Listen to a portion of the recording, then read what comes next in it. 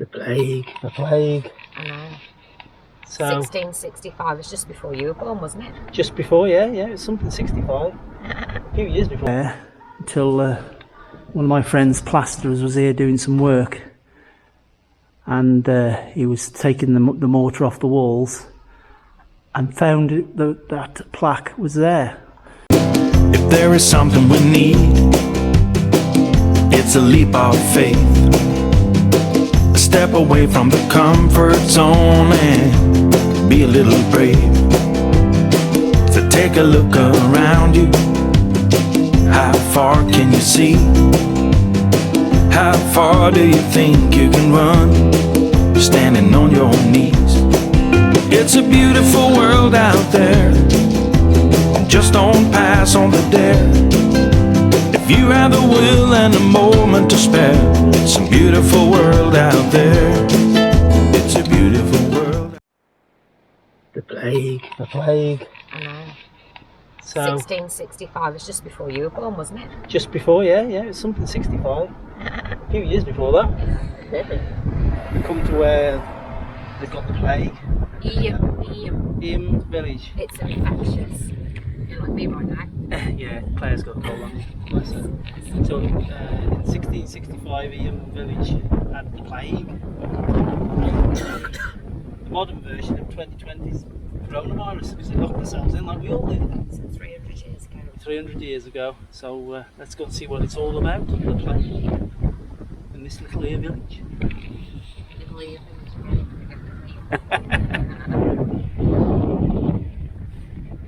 They sort of apparently came up from London, from what I can gather, didn't it? With a piece of cloth or something, and they just barricaded themselves in. Well, has it got a picture of the rat then? Something to do with the I rat? think apparently to do with the rat, it's spread by some of the rats.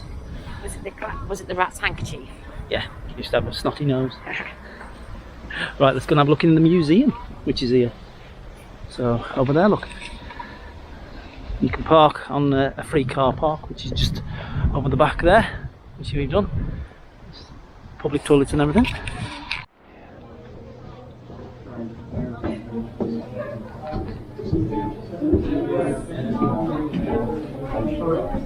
It's the bubonic plague.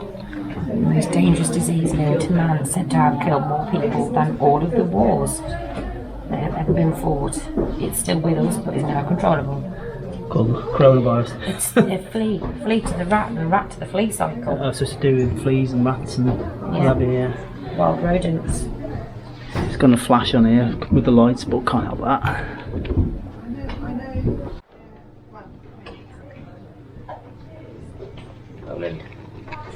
Roland and his mate. Yeah. Where did the plague come from? First and second century. Came from Africa and Europe, didn't it? So it was in London. Started down there, I think.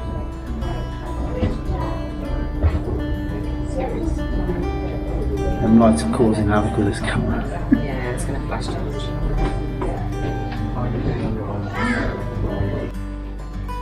Saying this is just the story of all the families that used to live here.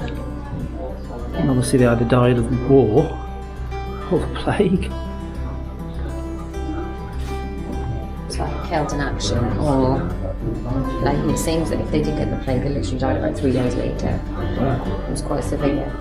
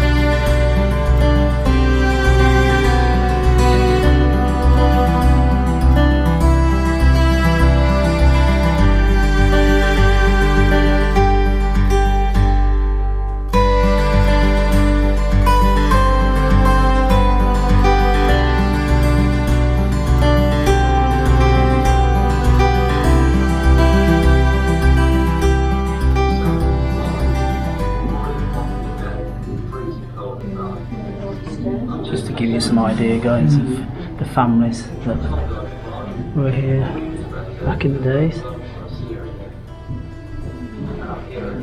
If you freeze it and look at it on there. In 1913, you would work 63 hours a week. For £1, a bit like now.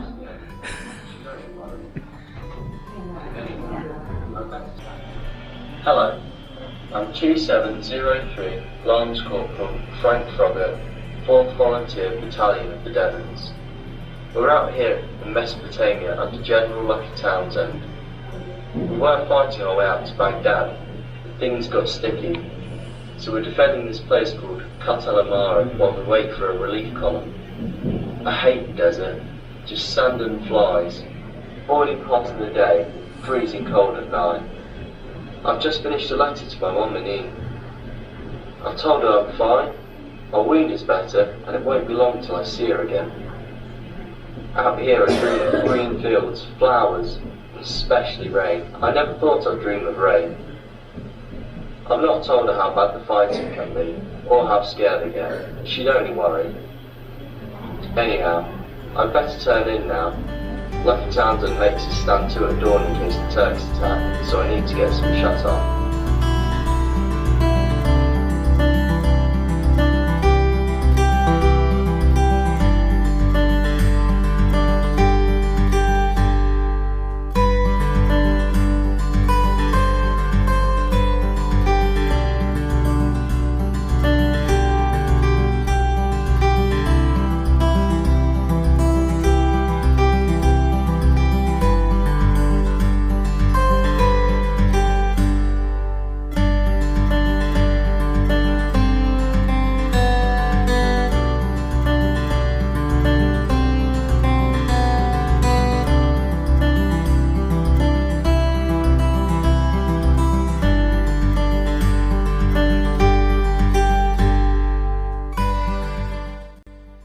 Into the museum, guys. They'll give you a little map in there. Well, it's £1 for the map, which then shows you all around the little where the infected cottages are, the church, and all the different things, the graveyards, different information. So obviously that's the car park back up there, the little museum, and down into the village. Definitely a lovely little village to have a walk around in. Some little bar and little areas to eat as well if you want. Cool stone there. All tourist information which is free to go into. Tells you the plague story anyway here, look.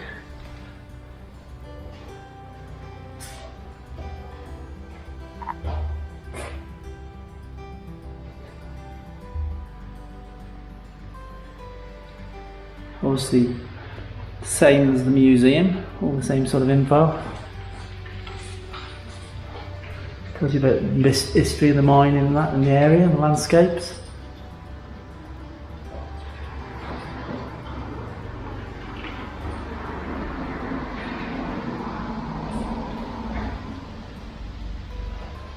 Yeah, it's a good little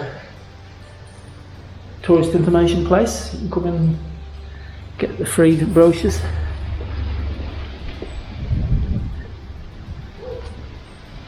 That's cool, that seat, isn't it? Isn't it? A little bit of artwork.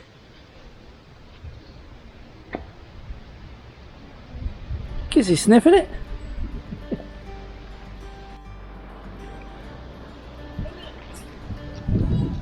Into the grounds of the church as well, coming down here now.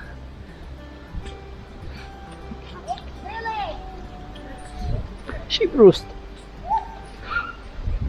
And what they call clusters of the plague houses, isn't there?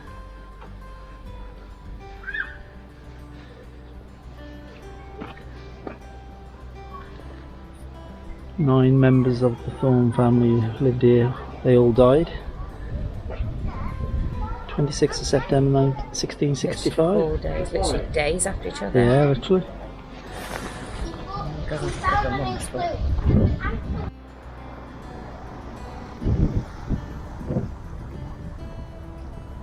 Your family again, look. It's Heritage Family Club.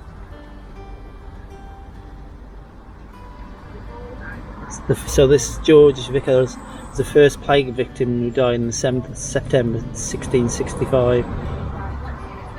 Aged 4, died. Wow, within days, literally, innit?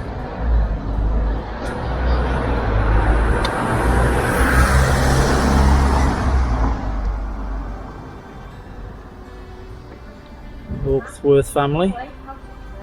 So the first victim was that one, the middle one there, and this is the third victim. Look in here, and this is the church. This is the church. My good friend Mark Hanley, hey mate, told me about the mural on the wall and the ghost.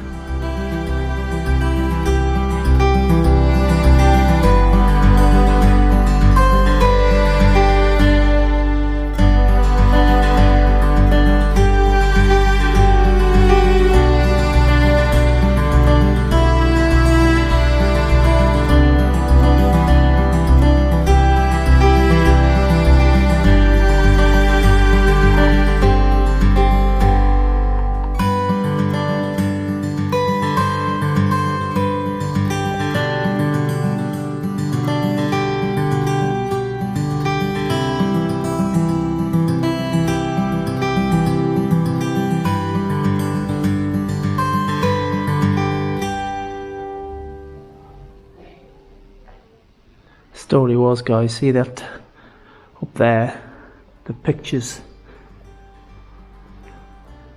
that mural sort of painting on the wall. They didn't know it was there until one of my friend's plasterers was here doing some work, and he was taking the mortar off the walls and found that plaque was there. That mural was behind there. As you can see, it had been all chipped off, so they exposed it. And he was working late one night here doing this, and he heard footsteps behind and the slamming of a door. And the story is that it was one of the old bishops, or for the church, chaplains, whatever, which was coming and thanking him for revealing it, because it hadn't been revealed for many, many years. That is the said story of it. So not many people know that story of up there, here in the church.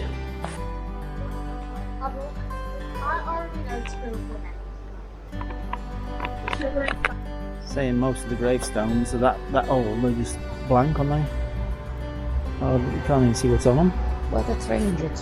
300 years and more old, right? Yeah. Some you can see from the 18th century, you can see on them. So Elim Parish Church, it's quite a big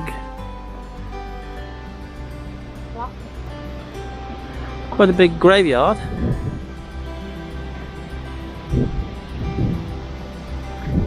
Very windy.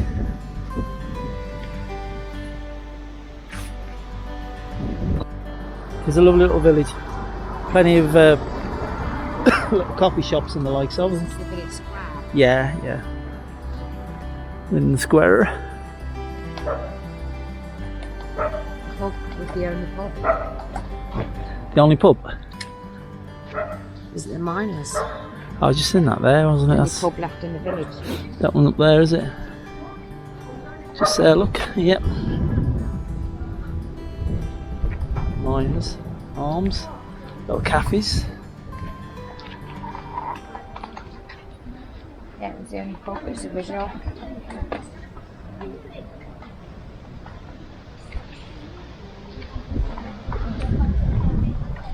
Old Rodney Inn, 1860, now Eaton Tea Room, so that was the tea rooms used to back be an there. inn. No, it's the tea rooms now. Oh yeah. It used to be Old Rodney Inn, 1860.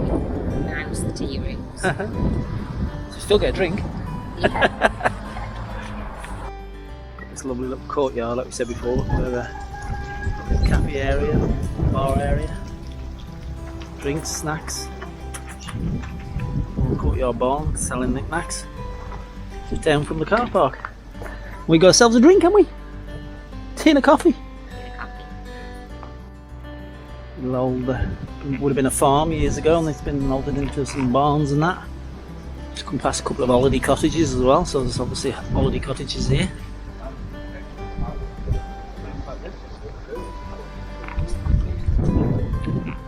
Lovely traditional stone as well. I love this sort of stone.